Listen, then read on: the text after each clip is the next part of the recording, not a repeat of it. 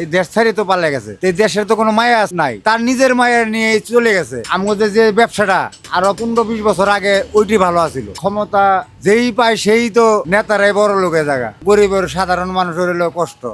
আচ্ছা, বর্তমানে আপনাদের ব্যবসা বাণিজ্য কিরকম চলতেছে? এখন একটু কম, আমার সিজন হলো কুরবানিতে, সামনের দিকে নির্বাচনের পরে যদি একটু সুবিধা হয় তাহলে আমরা একটু ভালো থাকতে পারবো।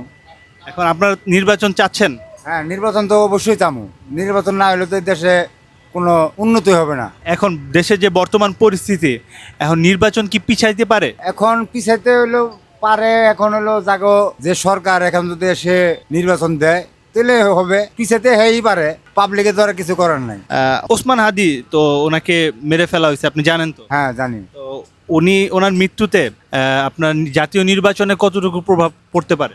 এখন প্রভাব একটু সমস্যা হইতেও পারে, কেন একজন মানুষ মারা যে বাংলাদেশে তো এইটি চলছে আর কি, মারামারি, একজনের মাইরা ফেলায়, এইটি চলছে আর কি বাংলাদেশ। কে মারার পিছনে আপনার কি মনে হয় উদ্দেশ্য কি? উদ্দেশ্য আমি বলতে পারি না, এখন মানুষে যা বলে এইটি, আমরা তো আর টিভি দেখি না, কাজের মধ্যে থাকি।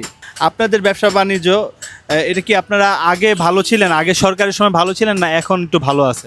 আমরা এখন বর্তমানে ভালো না কিসের জন্য, আমাদের যে ব্যবসাটা আরো 15-20 বছর আগে ওইটি ভালো আছিল। এখন সব জিনিসের দাম বেশি। আগে একটা কারিগরের বেতন আসলে 500 টাকা, এখন 1000 টাকা বেতন। কয়লার দাম বেশি, সব লোহার দাম বেশি। নির্বাচন হলে আপনাদের কি মানে কি লাভ হইতে পারে, আপনাদের কোন ক্ষেত্রে লাভ হইতে পারে? নির্বাচন হলে আমরা যেই আসুক সরকার, এইটি আশা করবো যে আমগো এই ব্যবসাটা, এটা তো আমগো ব্যবসাটা শিল্পপতি ব্যবসা, সেটা জনগণের সবই লাগে। যে যদি সরকার আমগো একটু সুবিধা দেয়, সব জিনিস একটু দাম কমে দেয়, তাহলে আমরা ব্যবসাটা আর কি টিকে থাকতে পারবো। আচ্ছা, এবার তো নির্বাচনে আওয়ামী লীগ নিষিদ্ধ, তো আওয়ামী লীগ তো একটা বড় দল ছিল, তো আওয়ামী লীগকে ছাড়া যে নির্বাচন করা হচ্ছে এটা কি মানে উচিত হচ্ছে নাকি হচ্ছে না? এখন ব্যাপার হলো, সে তো সরকার আসলে সে এই দেশ ছাড়ি তো পালে গেছে, তো এই দেশের তো কোনো মায়া নাই, তার নিজের মায়া নিয়ে চলে গেছে।